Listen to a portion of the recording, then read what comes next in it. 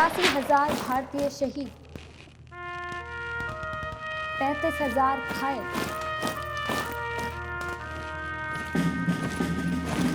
और पूरी दुनिया में 5 करोड़ से ज्यादा मौतें। वर्ल्ड वॉर 2 एक ऐसा तूफान जिसने इंसानी इतिहास की दिशा बदल दी। 1 सितंबर 1939 जर्मन टैंक पोलैंड में घुसे और पूरी दुनिया जल उठी। एलाइज मजबूत थे कागज पर,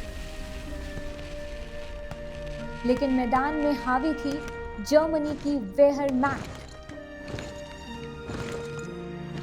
और उसकी बिजली जैसी जंग ब्लिट्जक्रीग। पर यह लड़ाई सिर्फ यूरोप की नहीं थी, भारत भी इसमें कूद पड़ा। हमारे जवान अफ्रीका, एशिया और यूरोप तक लड़े। इम्फाल और कोहिमा की धरती पर गूंजा, for your tomorrow we gave our today. गुरखाओं की खुकरी, करियप्पा का अनुशासन, थिम्मेया की हिम्मत। भारत ने साबित किया कि हम सिर्फ एक कॉलोनी नहीं बल्कि एक शक्ति थे।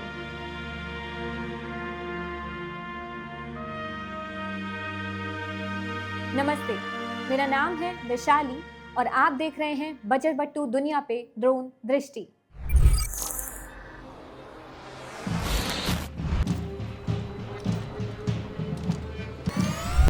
एक सितंबर 1939 की सुबह में जर्मन टैंक पोलैंड में गरजते हुए उतर पड़े।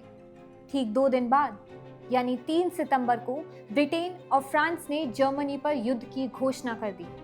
दुनिया की सांस रुक गई थी क्योंकि वर्ल्ड वॉर 2 शुरू हो गया था और ये धीरे धीरे पूरी दुनिया में फैल रहा था, जिसमें लगभग 5 करोड़ लोगों ने अपनी जान गंवा दी और ये बना ह्यूमन हिस्ट्री का सबसे बड़ा वॉर। कागजों के हिसाब से देखा जाए तो ब्रिटेन, फ्रांस और पोलैंड जैसे मित्र सेनाएं जर्मनी से ज्यादा मजबूत दिखती थी। उनके पास ज्यादा लोग, ज्यादा बिजनेसेस और बड़ी सेनाएं थी। मगर मैदान में उतरते ही तस्वीर बदल जाती है क्योंकि जर्मनी के पास थी वेहरमैक्ट। ये नाजी जर्मनी सेना का नाम था, एक ऐसी यूनिट जो अभ्यास, अनुशासन, हथियार और नई सोच का घातक संगम थी। उनकी एक एक पैदल सेना डिवीजन के पास सैकड़ों मशीन गन, दर्जनों मोर्टर और एंटी टैंक गन थे। यहाँ तक जर्मनी के पास 6 पूरी आर्म डिवीजन थी, जबकि सामने खड़ी शक्तियों के पास उस वक्त एक भी सक्सेसफुल आर्म डिवीजन नहीं थी। ऊपर से लुफ्टवाफा, जर्मन वायुसेना जमीन पर चल रही कार्रवाई के साथ ऐसी तालमेल बैठाई कि प्रतिद्वंदी की कमर टूट गई। इस रणनीति को कहा गया ब्लिट्जक्रीग, यानी बिजली जैसी तेज जंग। इसमें दुश्मन को इतना तेज और जबरदस्त हमला झेलना पड़ता था कि वो संभल ही नहीं पाता था। कुछ ही महीनों में यूरोप का नक्शा बदलने लगा। यह स्पष्ट हो गया था कि पहली जंग के फॉर्मूले से, यानी वर्ल्ड वॉर 1 के फॉर्मूले से दूसरी जंग नहीं जीती जा सकती। वैसे तो कहने को ये लड़ाई यूरोप की थी, जिसमें भारत जैसे उपनिवेश का कोई लेना देना ही नहीं था, पर ब्रिटेन, जो अपने आप को दुनिया का सबसे ताकतवर देश समझता था, उसकी हालत कुछ दिनों बाद खराब होने लगी थी। यहाँ तक कि ब्रिटेन को 1941 तक ग्रीस और नॉर्थ अफ्रीका में हार का सामना करना पड़ गया था। एशिया की धरती पे तो उनका और ही ज्यादा बुरा हाल था। लगभग 25,000 सैनिकों ने संख्या में 4 गुना कम होने के बाद भी मलेशिया और सिंगापुर पर कब्जा कर लिया था। अब सवाल उठता है कि भारत इस आग के दरिये में कहाँ था। उस समय भारत ब्रिटिश राज के अधीन था। 1939 में भारतीय सेना में कुल मिलाकर लगभग 1.5 लाख सैनिक थे, जिनमें से 16,000 ब्रिटिश अफसर और जवान थे। और अगर प्रिंसली स्टेट के साथ जोड़ दिया जाए तो तादाद और बढ़ जाती है। नौसेना में सिर्फ 1700 लोग थे, वही वायुसेना के पास सिर्फ 200 सैनिकों वाला एक स्क्वाड्रन था। लेकिन 1945 तक यानी युद्ध खत्म होने तक भारतीय सेना की ताकत बढ़कर 25 लाख से ज्यादा हो गई। और ठीक पहले विश्व युद्ध की तरह इस बार भी कई मौकों पर भारतीय सेना ने ब्रिटेन और उसके मित्र देशों की लड़ाई में बड़ा रोल निभाया था। 8 अप्रैल 1941 को भारतीय सैनिकों ने ऑस्ट्रिया की राजधानी अस्मारा में प्रवेश किया और वहां से इटली की सेना को पीछे धकेल दिया। इसके बाद उन्होंने इथियोपिया की राजधानी अदिस अबाबा को भी आजाद करवाया। इस जीत की वजह से इथियोपिया के सम्राट हैले सेलासी अपने देश वापस लौट पाए। भारतीय सैनिकों ने इसके बाद इजिप्ट में भी पहले एल अलामेन की लड़ाई लड़ी। अक्टूबर से नवंबर 1942 में हुई दूसरी एल अलामेन की लड़ाई में उन्होंने ब्रिटिश कमांडर बर्नार्ड मॉन्टगोमरी की जर्मन जनरल रोमेल पर जीत में अहम भूमिका निभाई। आखिरकार भारतीय सेना ने 7 मई 1945 तक लड़ाई जारी रखी, जब जर्मनी ने आत्मसमर्पण कर दिया। लेकिन यह कहानी सिर्फ मोर्चे पर लड़ने वाले सैनिकों की नहीं थी।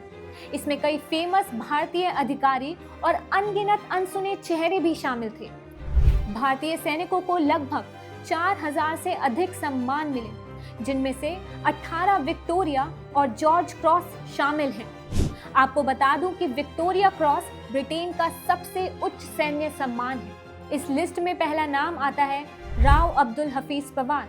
जगह थी बर्मा, आज के टाइम में म्यांमार, जहां 1944 में बैटल ऑफ इम्फाल के दौरान उन्होंने जापानियों की मजबूत पोस्ट पर हमला किया और वीरगति पाई। यानी साफ है, उनकी शहादत भारत की तरह से ब्रिटिश भारतीय सेना के हिस्से के रूप में जापान के खिलाफ थी। दूसरा नाम है Karamjit Singh, 4th battalion Punjab regiment. उन्होंने बर्मा में एक बेहद मजबूत जापानी पोस्ट पर हमला किया और उनकी इस बहादुरी के लिए उन्हें मरणोपरांत विक्टोरिया क्रॉस दिया गया। तीसरा नाम आ जाता है शेरशाह अवान। ये भी बर्मा में भारतीय सम्मान की रक्षा में अपनी जान गंवा बैठे। इनमें और भी शहीदों के नाम हैं कि मेरे पास वक्त कम पड़ जाएगा, लेकिन इन वीरों के नाम और उनकी कहानियां खत्म नहीं होंगी। इन वीरों ने वो कर दिखाया जिस पे पूरी दुनिया सवाल उठाती थी। उन्हें लगता था कि भारतीयों में साहस नहीं होता। हिटलर ने अपनी किताब में कैंप में कहा था कि भारतीय कायर हैं और आज़ादी के लायक ही नहीं हैं, लेकिन हकीकत बिल्कुल उल्टी निकली। भारतीय सैनिकों ने वर्ल्ड वॉर 2 में यूरोप, अफ्रीका और एशिया में वीरता दिखाई, लेकिन हर पन्ना जीत का नहीं होता। हांगकांग, मलेशिया और सिंगापुर में सारा बोझ भारतीय सैनिकों पर था। 15 फरवरी 1942 में ब्रिटेन की सिंगापुर में हार हुई। ये ब्रिटिश इतिहास की सबसे बड़ी सैन्य पराजय में से एक था और इस एक गिरावट ने 55,000 भारतीय सैनिकों को युद्धबंदी बना दिया। कैंपों में महीनों की भूख, बीमारी और अपमान झेलना पड़ा। यह अध्याय हमें किताबों में बहुत कम पढ़ने को मिलता है, लेकिन यह भारतीय स्मृति में गहरी चोट की तरह दर्ज है।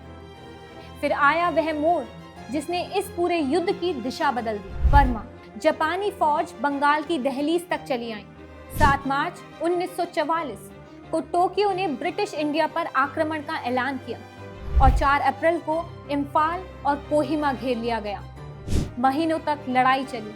कोहिमा के डिप्टी कमिश्नर के बंगले का टेनिस कोर्ट एक छोटा सा चौकोर मैदान, मगर वही जंग का आखिरी और उग्र मोर्चा बना, जहां जापान और भारतीय सेना आमने सामने आई। 20 अप्रैल को घेरा टूटा और लड़ाई ने एक नई करवट ली। आज कोहिमा की पहाड़ियों पर एक कब्रिस्तान है।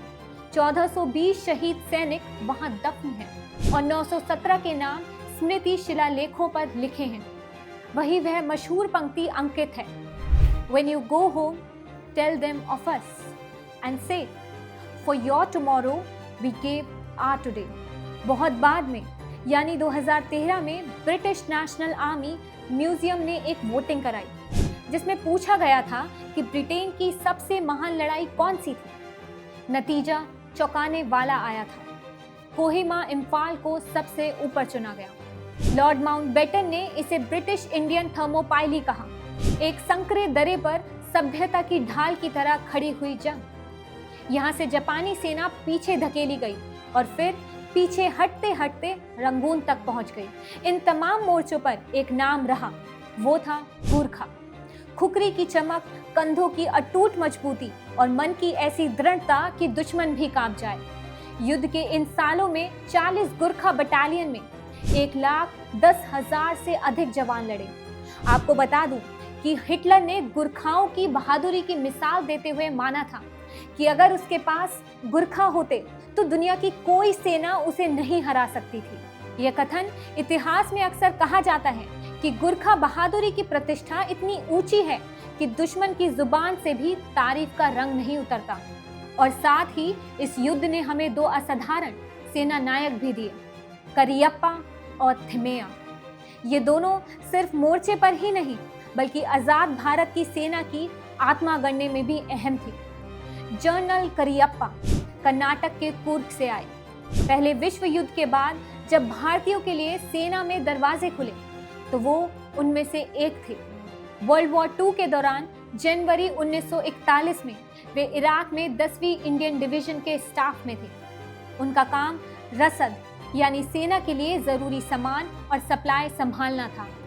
करियप्पा ने रेगिस्तान इलाकों की कठिन परिस्थितियों में भी सप्लाई लाइनों को मजबूत बनाए रखा।